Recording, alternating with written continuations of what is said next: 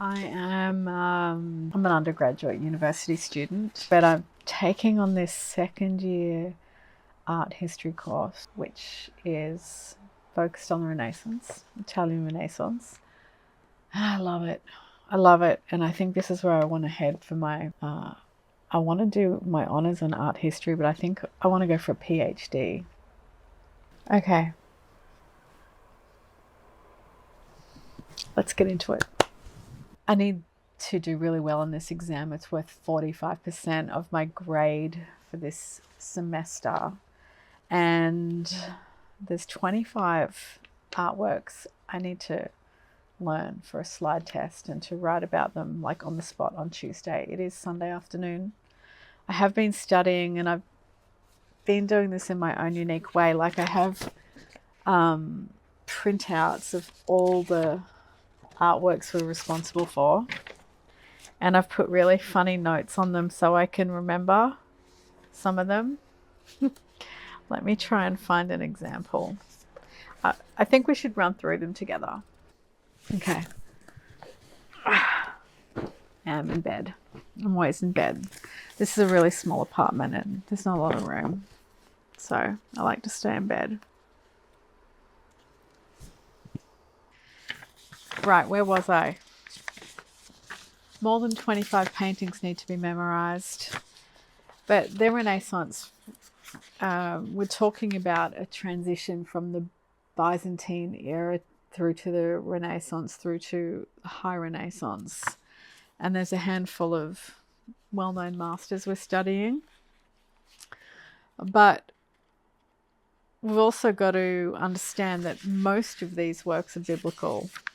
And the Catholic Church was sort of running the show at the time, while the Renaissance and humanism is sort of bubbling up and wanting to, some of these artists into the humanism movement wanted to bring forth the classical world. Ancient Greeks, ancient Romans, whilst telling the church, it'll all be cool, don't worry about it, nothing to see here. Yes, we're still devout Christians, but there's all this other cool stuff we want to paint as well. I've got some thoughts I'm going to share that are not really in the textbooks. I've identified different ones. Oh, okay, so this is the first one where, I'm sorry these are in black and white, but I just know we're going to get asked to compare and contrast. Cimabue, painted 1280 here. Very flat. Not very naturalistic. Not much of an attempt in anatomy. And then we go to Duccio. Duccio is sort of starting to put some shadow, some form, some depth.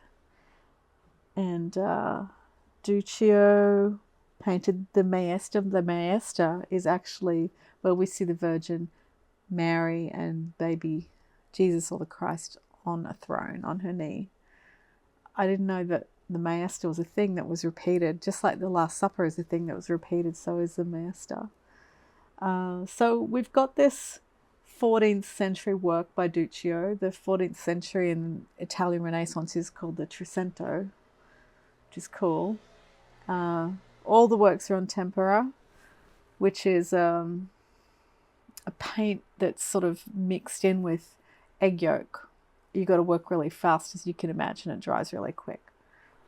So pretty impressive that they did it all with tempera on panel.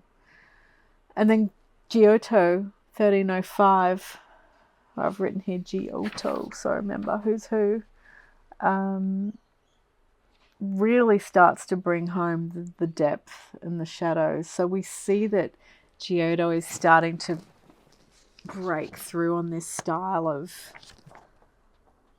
naturalism, realism, giving some dimension, wondering what would happen if we try to put some perspective in the work, not flat anymore, moving on into a whole new era. But we're going to just jump ahead now. Thanks for helping me and being with me in this study journey. We'll do Da Vinci soon. So many. I want to show you this.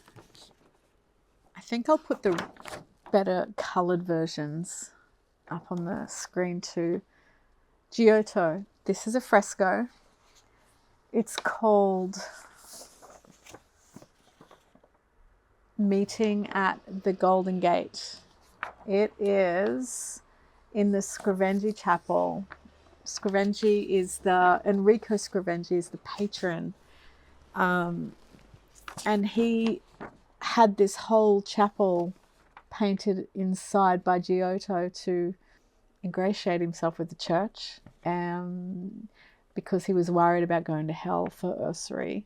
His father had recently passed away and he was into usury. So Giotto did this gorgeous chapel, basically, that depicts inside the work of the life of Virgin Mary. This moment captured here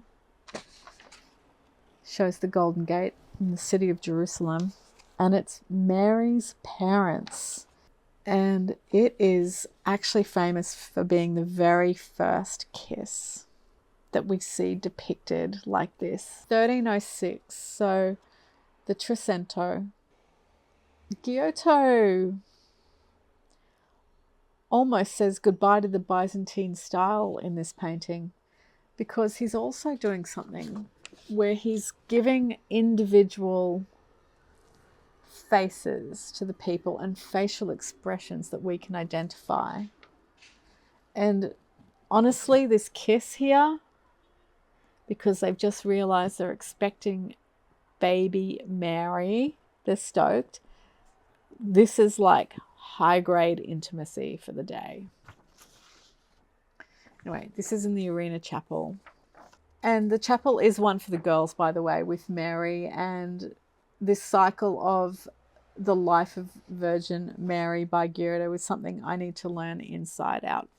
It is a fresco, this one. So that means it's painted on a section of wet plaster that they've just wet enough to cover for the day. And the paint sort of gets baked in, I suppose, as the plaster dries. So it gives the works, any frescoes, they just have great longevity. Well, that's a beautiful technique. I guess it was hard working in these mediums that dried so quickly. But we'll get onto oil painting later. Hey, Franklin, darling. You going to help too? We want to talk about Masaccio. Okay? You can't stay here because we're just going to do we're going to do this. Can you move, please? Okay. Masaccio. Okay, this is Masaccio's work called Trinity. And there's a lot going on here we need to discuss and learn. The first application, potentially, of formal linear perspective. I think I'll put the proper painting up on the screen so you can see it in its beautiful, colourful glory. But we've got the Holy Spirit, that little white dove there. We've got Father and the Son, the Holy Spirit. So that's the Trinity, hence the name of the painting is the Trinity. And it was done in 1426. So the formal linear perspective is a big deal. And it was first, they call it discovered, which is really interesting. Like, how do you discover perspective? Do you invent it or do you discover it? They say that Brunelleschi, architect and sculptor from ancient Rome, discovered how to work with perspective. So we've got a vanishing point and we've got a horizon line and we've got orthogonals, so converging orthogonals. And then we can put a grid over something and we can, as an artist, get some perspective.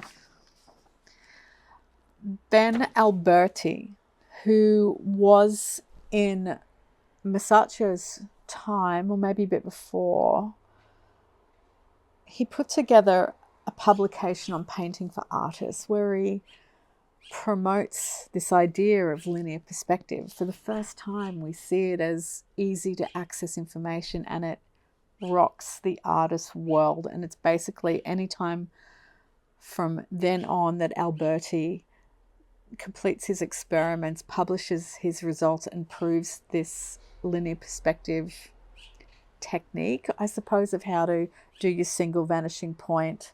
You can also have a distance point. You've got your orthogonals, your horizon line. You can just really go to town and start integrating your perspective into the space that you're painting for. So there we've got some perspective education in the Quattrocento, 1426. Masaccio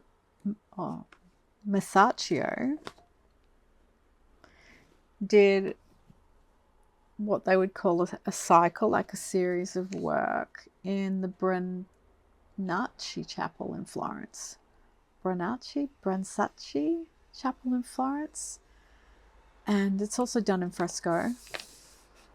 And there's two works that are sort of joined. They're on the same wall. The first one is the expulsion from paradise. Adam and Eve getting kicked out of the Garden of Eden by an angel after eating that fruit, falling for that old trick of temptation. This work is done in 1425, so right before the Trinity one that I just showed you. But this is in Florence. Oh boy, I'd like to see this in person. The expulsion from paradise fresco really does something important for the day too, which I forgot to mention in the last one. We've got this effect of this chiaroscuro. Chiaroscuro means light and dark, and it's where we see like a high contrast of bringing quite a strong lightness and brightness out of the darkness, and this helps us define the figure. We can see that there's an interest in anatomy starting to happen with the artist, just to get a bit more precision and a bit more drama in the body language.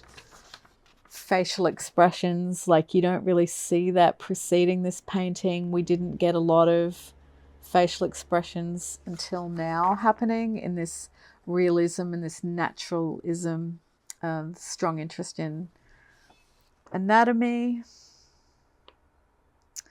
We also note that with Eve, we've got a similar pose here to the Medici Venus, the Roman statue, which I don't have a picture of. Maybe I can find one and show it on the video.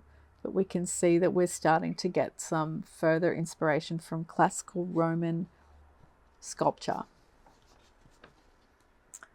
Also, there's a term called contrapposto. Contrapposto, which means, I can't tell you what the translation of that is. I actually have to learn Italian. That's next semester. So this is going to improve, trust me. But for now, not good. Contrapposto means that the pose of the figure is they're stepping forward. A lot of the weight is put on one leg. The second leg is more fluid, and there's a bit of a bending in the body, like we're on the move, we're going, anything can happen. Masaccio. Okay, I think I've learned this one. Yay.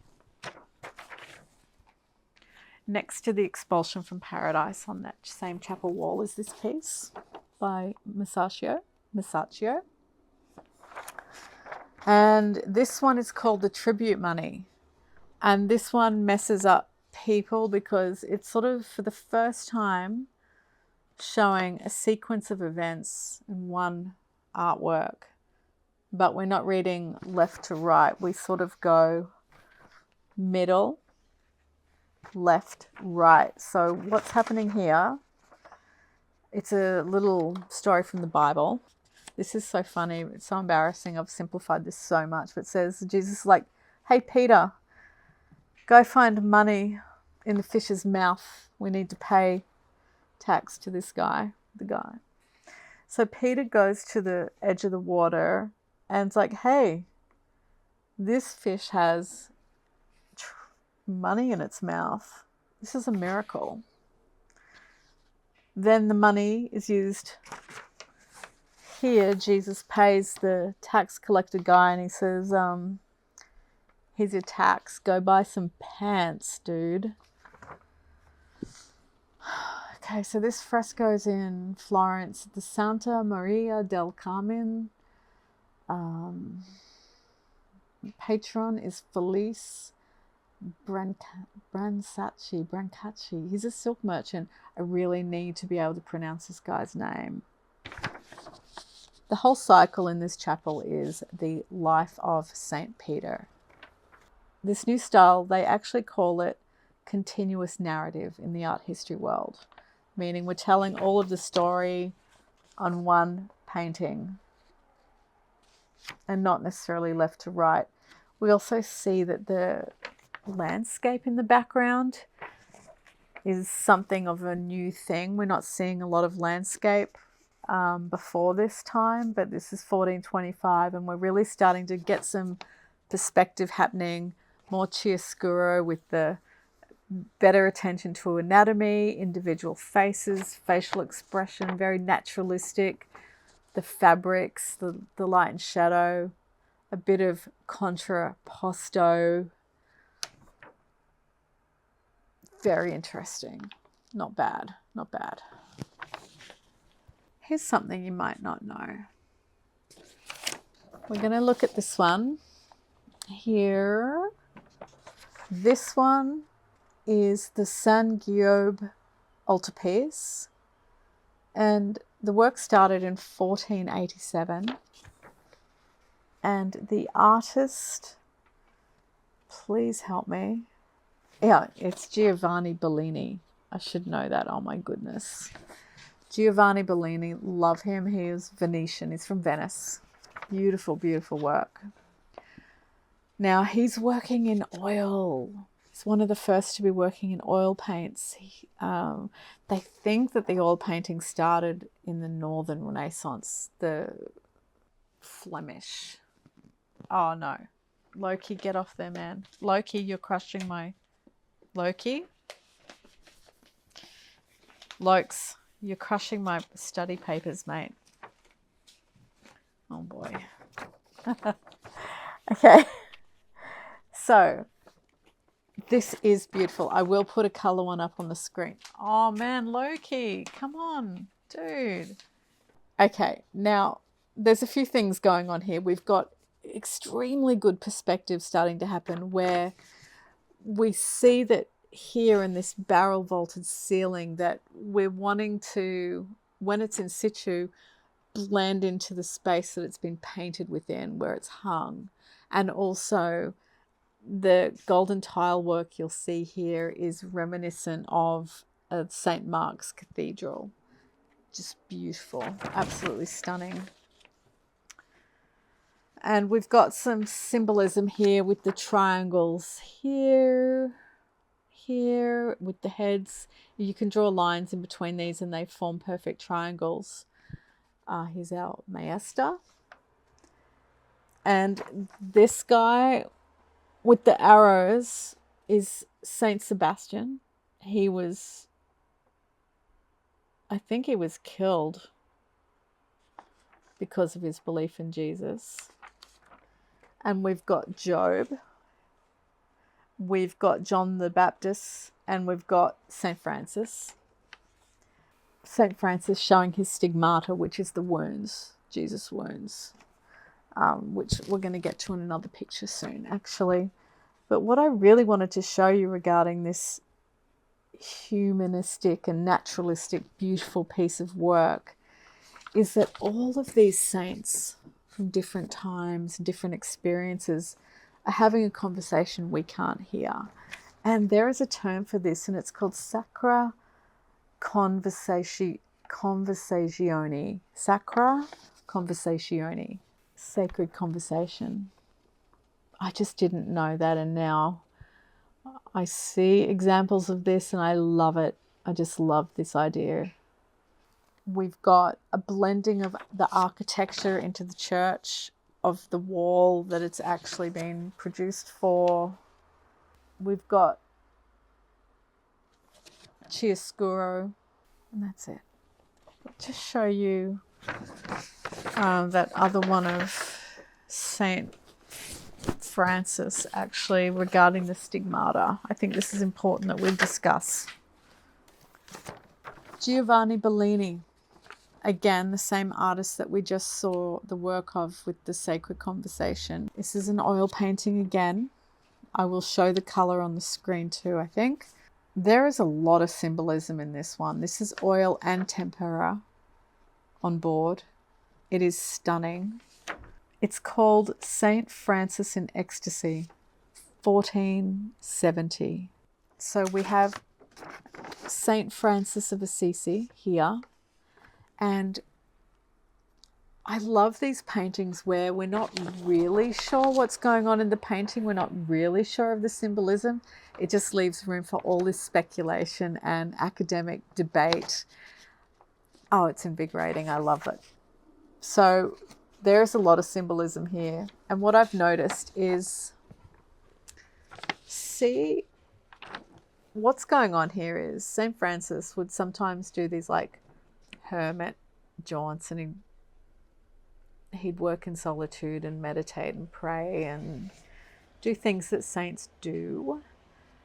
And he's left his work table in his cave.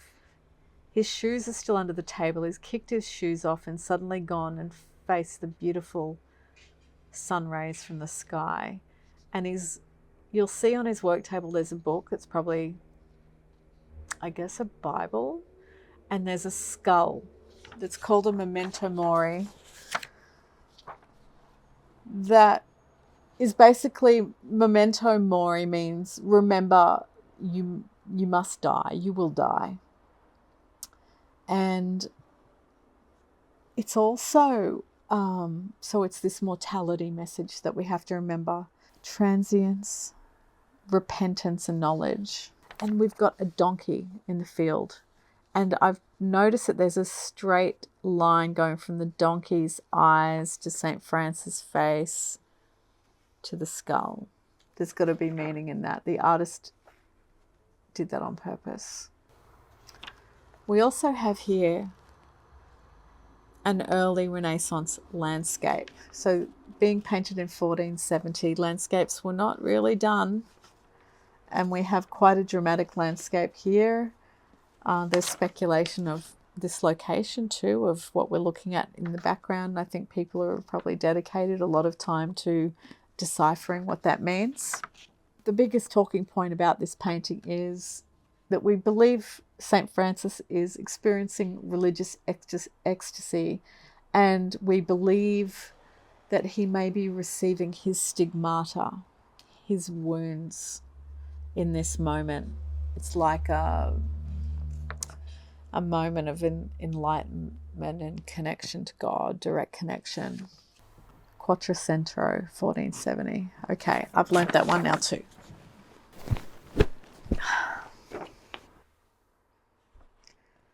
Leonardo da Vinci, The Last Supper. We've got these side notes here about linear perspective and the single vanishing point here. We're talking anything from, this is 1495, and we've got around town Leonardo da Vinci. We've got Raphael. We've got Donatello. We've got these incredible artists just walking the earth all around the same time. It's mind-blowing. But I really have fallen in love with The Last Supper now that I know more about it, as of very recently, painted in 1495. What I didn't know, first of all, is that The Last Supper is a painting format that's been done many times by artists previous to this. It's a whole thing to have Jesus and his apostles eating at the Last Supper, but usually we've got Judas on the wrong side of the table. And Leonardo has changed the layout of his painting to not do that and have everyone on the far side of the table, because this painting is put on a wall of a dining hall in Milan for the monks so that they're all eating together. I love that. So researchers can tell us that the napery and the crockery and the food have been matched into the monastery's servery, and when the monks would be in this space to eat, they were on, their tables were elevated so they were closer to the work and they were dining with Jesus and the apostles. And, oh, I love it. So the place that the work is in is called the refectory of the Church of Santa Maria del Grazie in Milan. So we know it was done in 1495. We know that it's used linear perspective with this vanishing point behind Christ.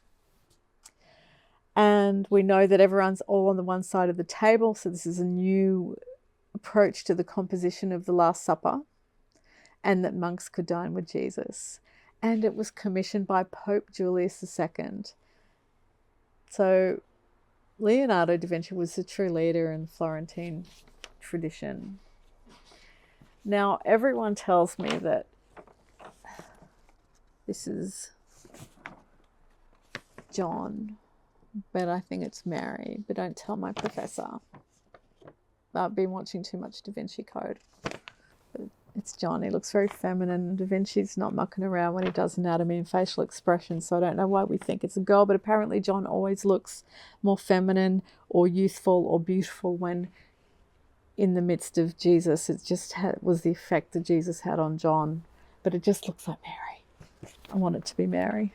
One more thing. The word cartoon comes from cartone, which is Italian for a large piece of paper. And a cartoon or a cartone, the artist would do life-size drawings of the painting before they would commit for presentation to their patrons or to figure out their layouts, their composition. Cartoon, cartone. Who knew? How famous is this? It's extreme, right? It's the Vitruvian Man, 1490. And I didn't know, but this has been inspired by a mathematician, Roman architect, engineer called Vitruvius. And I guess Da Vinci just wanted to test out a few theories.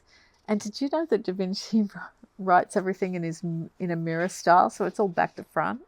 And did you know that Da Vinci didn't do that many works? There's like 30 works or something like that. He just was not prolific, just very particular and very scientific, turns out. This is what the Renaissance is all about, I suppose, where we've got this philosophy and art and science and math, spirituality all coming together in this striving to rediscover and imbue the classical world again. The Romans, particularly the ancient Greeks, bring it all back. That's why we've got this Neoplatonism and things like that happening. Thank you, Leonardo. Botticelli, Primavera.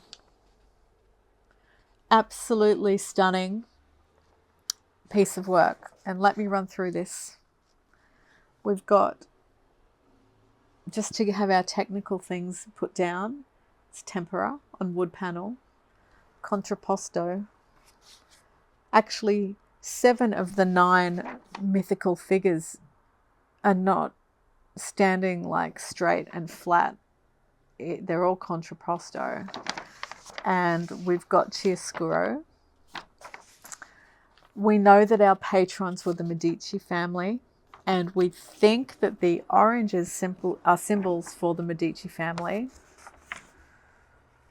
Primavera means spring in Italian. We've got Mercury here. We think he's pushing a cloud away with his wand or a stick. We've got the 3 graces, and these are inspired by the ancient world and sculpture, where we can see the female form in the round, as they say. So from every angle. Beautiful. Here we've got